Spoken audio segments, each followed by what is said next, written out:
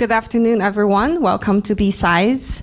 I'm supposed to make an announcement that there will be a private showing for the Hackers movie. So if you just go to bsidessf.org/hackers to find out more information. So without further ado, let's welcome Mark Hillick for Do You Even Tech Anymore?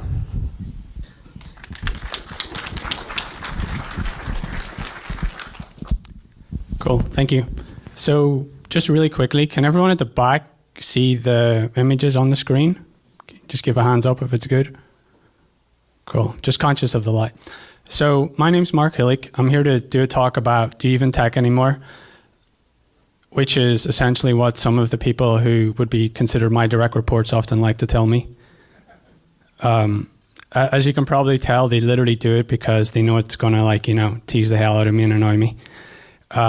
So the talk is about the transition from being like an individual contributor, so a technologist, engineer, etc., whatever, could be even a finance person, into management. And it's based on my experiences working in InfoSec. The talk split into 5 sections: who, what, where, quick introduction to me, Riot Games, the security team at Riot, and then talking about how you want to be a manager before we move into a story time section, which talks about many occasions that I failed, before we move into from the what to the how, which is literally, we all know what to do, we typically just don't know how to do it. And then finally, we're going to summarize the key points at the end in the post-game section. So, who, what, where? I'm the product lead of security at Riot Games, which means I'm the person accountable for the vision for InfoSec or security, and the execution of said vision. There's 5 teams: OPSEC, SecOps, Rioters, which is corporate security, platform security, and then anti-cheat. I've been working in InfoSec for a lot of years, hence the gray hairs, which my wife loves reminding me about every day, but I'll get over that. This is my Twitter ID, but I typically don't use Twitter anymore, but if you want to reach out, I check it about once a week. So, quick show of hands, who has heard of Riot Games? Who plays video games? Who plays League of Legends? Okay, wow, a lot of hands just went whoosh. Who plays Fortnite? Okay, not so many, that means everyone here is too old. So, if you play League of Legends, you will get that this is a fantasy world, 140 plus champions, 2 champions on the screen. This is from a recent cinematic, Riven and Draven. If you play the game, you will know that if Riven is anywhere ever close to Draven, that Draven is dead. Other than that, it's a beautiful image. I get to work in, folklore essentially every day. So for me, it's pretty cool. It's kind of like a childhood dream. I never really thought, playing Shinobi on an Amstrad CPC 464, 8-bit system, tapes, trying to copy one tape to the other, that I could literally work in a games company. Anyone here heard of esports? Yep. Cool. Everyone here think it's like the work of the devil and stuff, right? So this is our 10-year history. Season 1 basically shows a conference in DreamHack in Sweden. That's what the League of Legends World Champion was. All the way down to Season 6, which was in 2016 in the Staples Center. You've got 22,000 people. A bit of a kind of surreal advancement in years, if that makes sense. Still blows my mind. 2017, went to the Bird's Nest, otherwise known as the stadium essentially built for the Olympics in 2008. So yeah, you can play video games for a living. You can get a college scholarship. You can essentially get the same visa that, someone in the NBA, NFL, maybe even the MLS. Although I don't know why you'd want to play in the MLS, but, same visa, right? We have a lot of offices across the world, 20 plus offices. Basically all continents apart from Africa and Antarctica.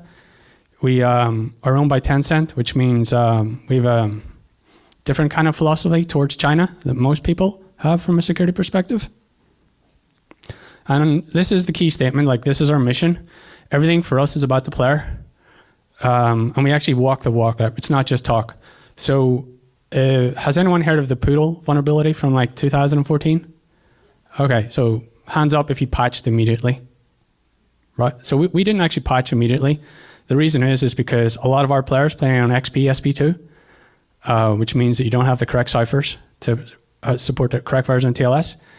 You couldn't upgrade SP2 to SP3 because it wasn't supported. You couldn't upgrade from IE6 to IE8 because that wasn't supported either. So we actually sat down and as a security team, we were like, hey, can we actually patch? Because if we patch, we'll lock out millions of players. For those of us in the Western world, XP is like a distant memory, but in Asia, it's still a very popular operating system, and video gaming's huge in Asia. Ultimately, we did patch, but I just wanted to use it as an example, like, hey, we genuinely think of what's the most important thing from the player. Like, we can't take the traditional security approach. So, how many managers do we have in the audience? How many people do we have that used to be a manager and were like, stuff that's shit? Okay, cool. Totally legit. How many people want to be a manager? Okay, you crazy? So, going back to my earlier career, the big thing when I did interviews was like, hey, what's your 5-year career plan?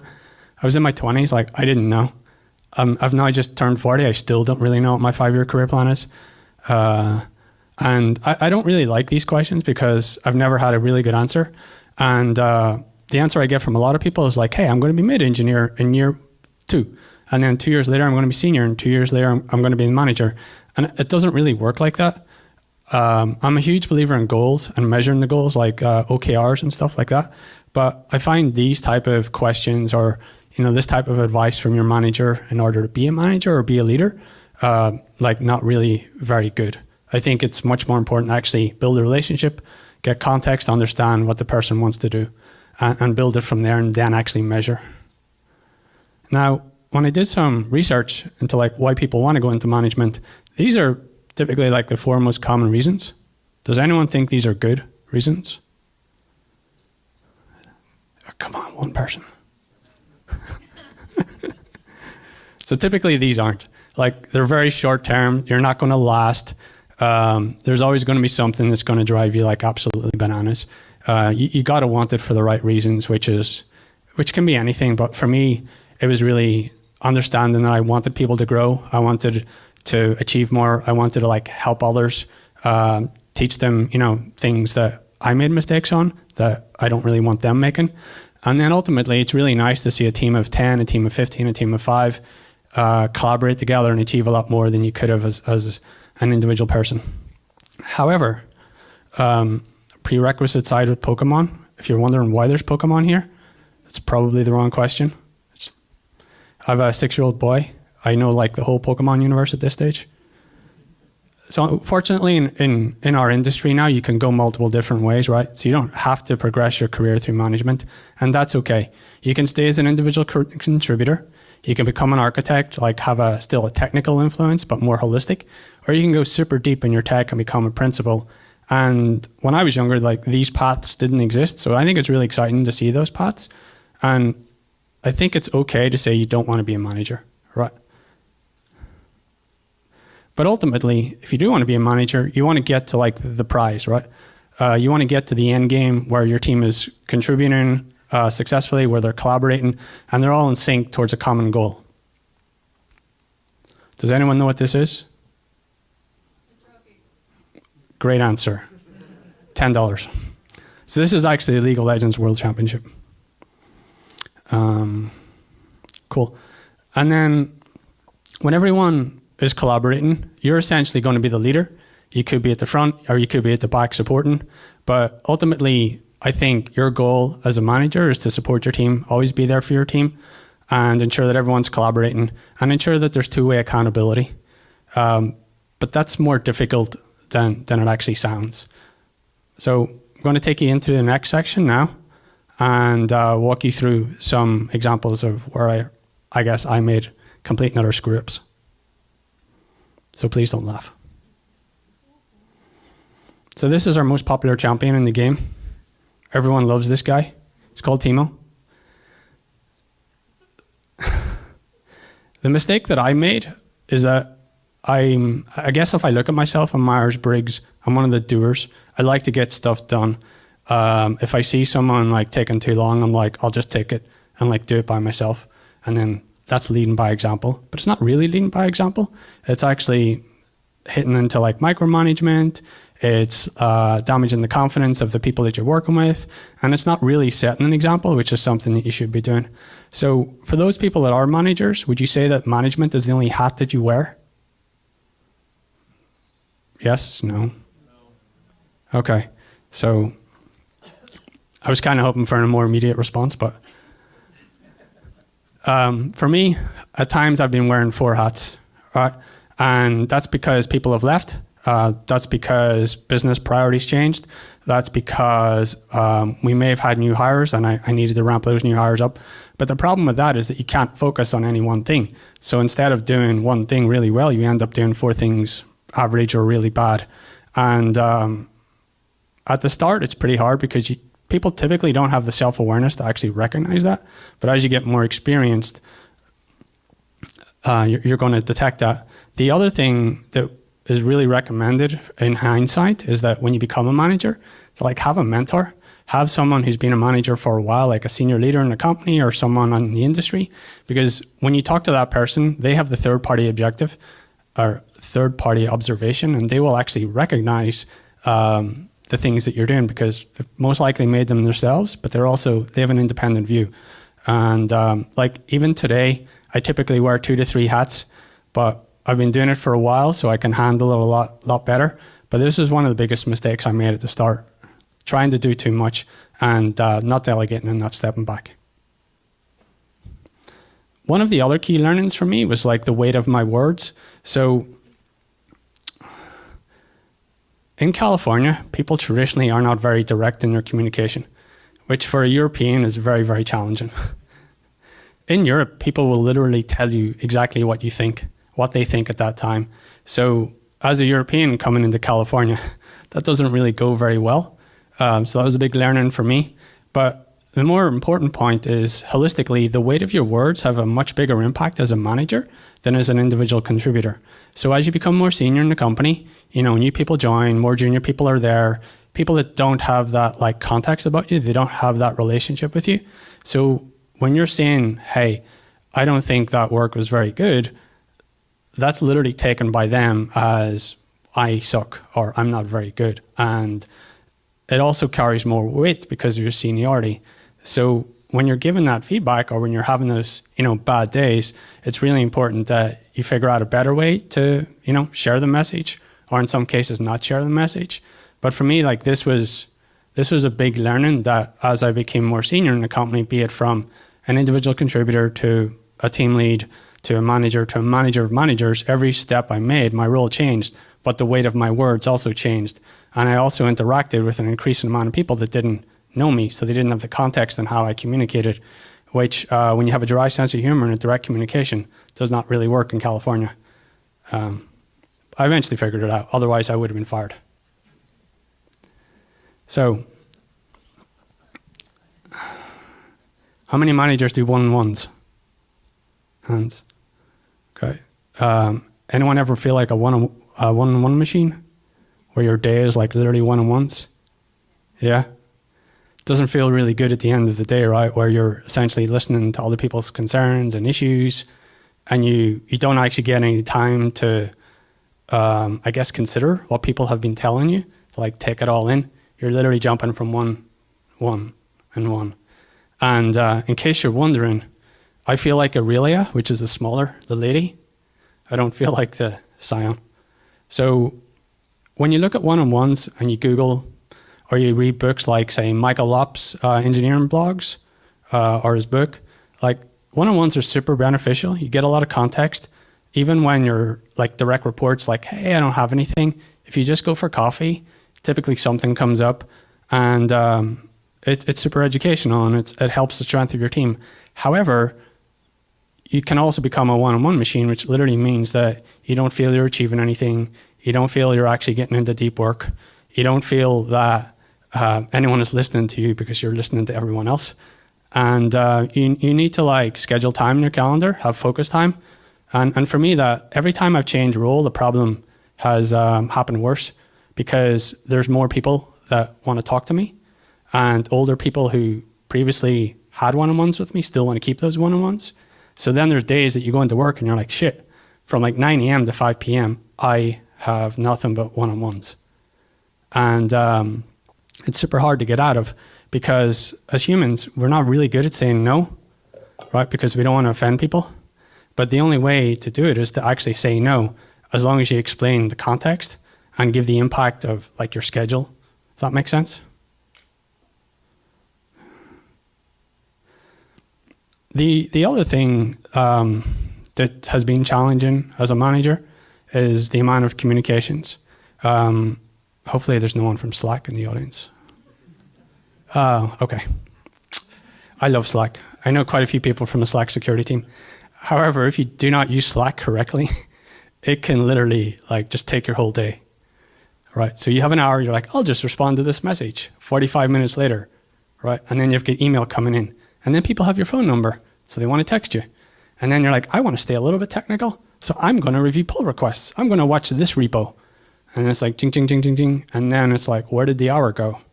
And then you have drop-bys. Even when you're wearing like the really big headphones, and it's like, do not disturb, and like says it up here, people will disturb you. But it's really tough because as the manager, you want to be approachable, right? You want to be collaborative with people, and you want people to come to you, because the worst thing you can do is, if anyone has ever dealt with performance management issues, is like, hey, why didn't you come to me 3 months ago that this person on this team wasn't collaborating with you? So it's like literally a fine line that every time you change role or every time you hire someone, you start the whole process again and trying to make sure that you're on the right side of the line. Trying to stay technical and watching every single repo is probably a bad idea. Probably only need to like watch 10%.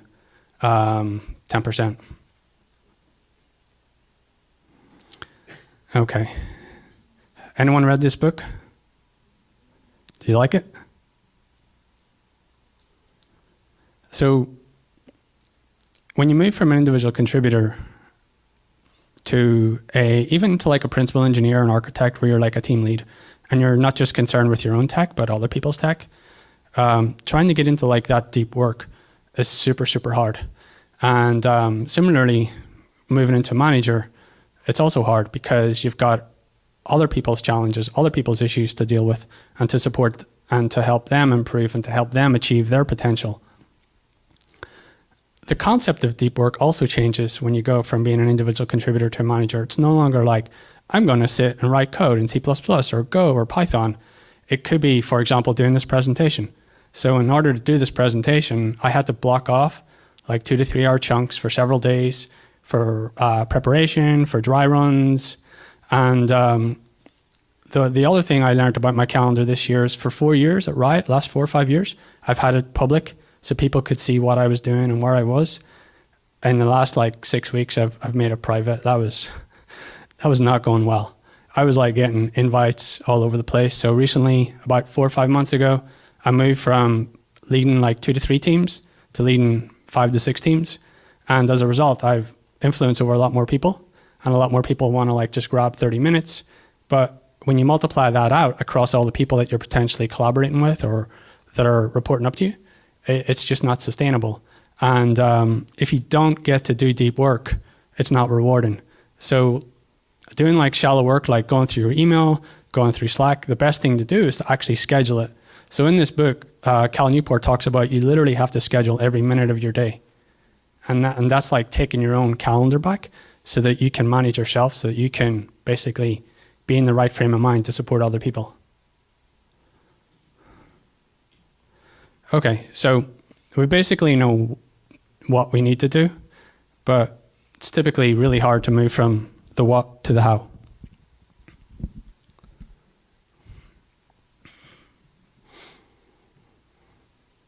Ultimately, this is what we want. We want a team that's having fun, collaborating, moving towards the one goal, and in sync. As you can see, I have really cool artists. I have nothing to do with the creation of this stuff, but I get to steal it. So Andy Grove said to Clayton Christensen in the mid-90s, I know what I need to do, I just don't know how to do it. And that was when Intel was being hit by AMD with cheaper chips. And they were like, hey, we need to like come out with a new solution. I think they came out with a Celeron. So he knew he needed to pivot the company. He just didn't know how to do it. So I'm going to try and give you some tips on what I've done. I think the most important thing is you need to manage yourself. You need to figure out what is the most important thing for you to do and why you need to do it. And then you need to like make sure that your tools and your objectives and goals and how you work every day is lined up so that you can manage yourself. Is that 5 minutes to the end? All right, thanks. This is a typical sort of day as a manager, otherwise known as chaos, right? So if you manage yourself though, like you can stop this, but it literally means owning your calendar, owning your schedule, saying no, but at the same time ensuring that your people can work with you, can collaborate, and that you're still staying close enough to the team. But you need your own focus time, you need your own separation. One of the biggest learnings is being transparent and collaborative. And this really means like making yourself available for the team, explaining the decisions. So if you have to fire someone, for example, that you're actually upfront and honest in terms of why the person has been fired. If you're hiring, similarly, in terms of interview panels, because not everyone is like a thumbs up for the person coming on, you got to explain why your thumbs up, why you're hiring the person, right? People don't mind being told no, as long as they know why. And the minute you start not explaining that or being secretive, then that'll be the start to like losing the team. So accountability. This is super important. This is where you want to be accountable for your actions. But more importantly, you need to hold your people accountable. So if you're delegating, which you should do as a manager, if you're asking people to do stuff, you need to hold them accountable. So you need to be explicit and clear on what they're doing and what they need to do and why. And then you need to hold them accountable. If you don't hold them accountable, then they're not going to learn. They're not going to achieve what they need to achieve. However, the more damaging aspect is it's damaging to the team. If people see that if other people on the team aren't achieving and they're not being held accountable, that eventually leads to toxicity, which is like it's going to take you an astronomical amount of time to remove that toxicity from the team. And it typically leads to like being fired. Now, the thing about accountability is feedback really helps. So feedback is a two-way system. Again, remember your words carry more weight. So you have to figure out how to communicate. It's not like you did a bad job. You're not strategic enough in your thinking. You really need to like approach the person from a learning perspective, such as, hey, what was your thought process in terms of making that decision? Or I recognize some of the things you're doing. Let me tell you about something from my personal experience where I did something that was similar but had a bad effect. Now, how do you think you would do that? And there's also a couple of models that you can follow for feedback. It's like action, impact, desired outcome, or you can do SBI, which is like situation, behavior, impact. And that's really bringing everything into the third person and making the feedback non-personal, but also improvement focused. So there's a Harvard Business Review in terms of feedback and how we use feedback. So what do people think is the ratio of feedback in most places? So like good feedback, improvement feedback. And it's roughly 0.75 to 0.8 to 1. So that means like roughly for every 3 bits of good feedback, people are getting 4 bits of areas of improvement. That's not really successful.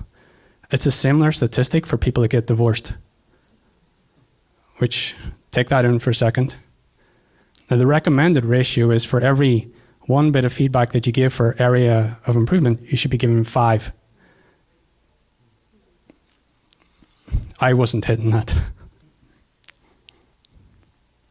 So the other thing is you need to modify your approach. So we all have done Myers-Briggs personality tests. We're all different, right? That means if we're all different, we shouldn't have the same approach for the people who we manage. Some people need the far away approach. Other people need the close-up approach, right? Now, if you do the close-up approach on the wrong people, they'll consider micromanagement. Whereas if you do the distant approach on the wrong people, they'll feel you're not supporting them, right? So this is where emotional intelligence comes in and trying to figure out what's the best approach, but you need to build that relationship in order to understand that. we don't think of management as a practice. We typically think it as like an end result or a goal or something that we just do, but it's not our core thing. We need to think of management as a practice in the same way we think of like, I want to get better at Python. I want to get better at Go. I want to go to the gym and get stronger, right? This means like self-improving, studying, getting mentors, reaching out to other people. And until we actually think of management as a practice, then it's going to be diminished and not at the, the standard that it needs to be. Has anyone heard of the READMEs that go around the tech scene? So there's mixed opinions on this. I've done a README that I've shared across Riot. I actually shared it publicly, but it literally describes, hey, I'm not American, I'm Irish, I communicate in a certain way. It's intended as an icebreaker. It's been received really positively by people who report to me and people who collaborate with me. And it's something that I work with all new hires on. And it's like, hey, here's how I communicate. Here's how I don't communicate. And it's really to give context on how I work. But also, because it's intended as an icebreaker, I'm really looking for feedback. And while I think about it, when you're looking for feedback from direct reports or people who you collaborate with, be really specific. Don't go, hey, do you have any feedback for me? Because that literally leads to like, nope, nothing. And then 3 months later, you find out something. So it could be like, hey, when I did this thing X at that time, Y, you seemed like a little upset. What can I do better? And that will actually generate feedback because it breaks the ice and it encourages people to give you feedback. And then thirdly, it's actually so specific that it makes them think on the actual action that you did. So summarizing everything together, if there's 4 takeaways, manage yourself. It's a practice, so self-improve, reach out, continue to study, always be transparent and collaborative, and two-way accountability. And when you're looking for that accountability, look for specific feedback.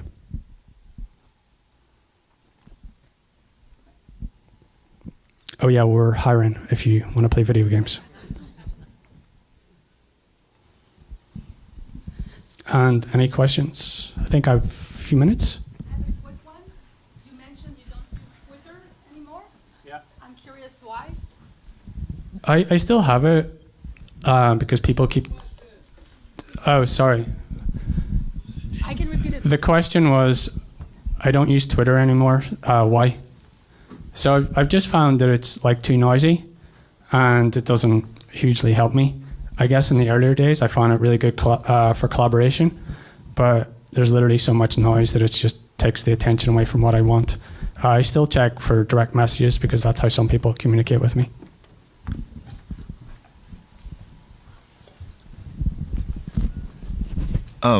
So you had mentioned that one of the strategies that you use to improve yourself as a manager is to find mentors.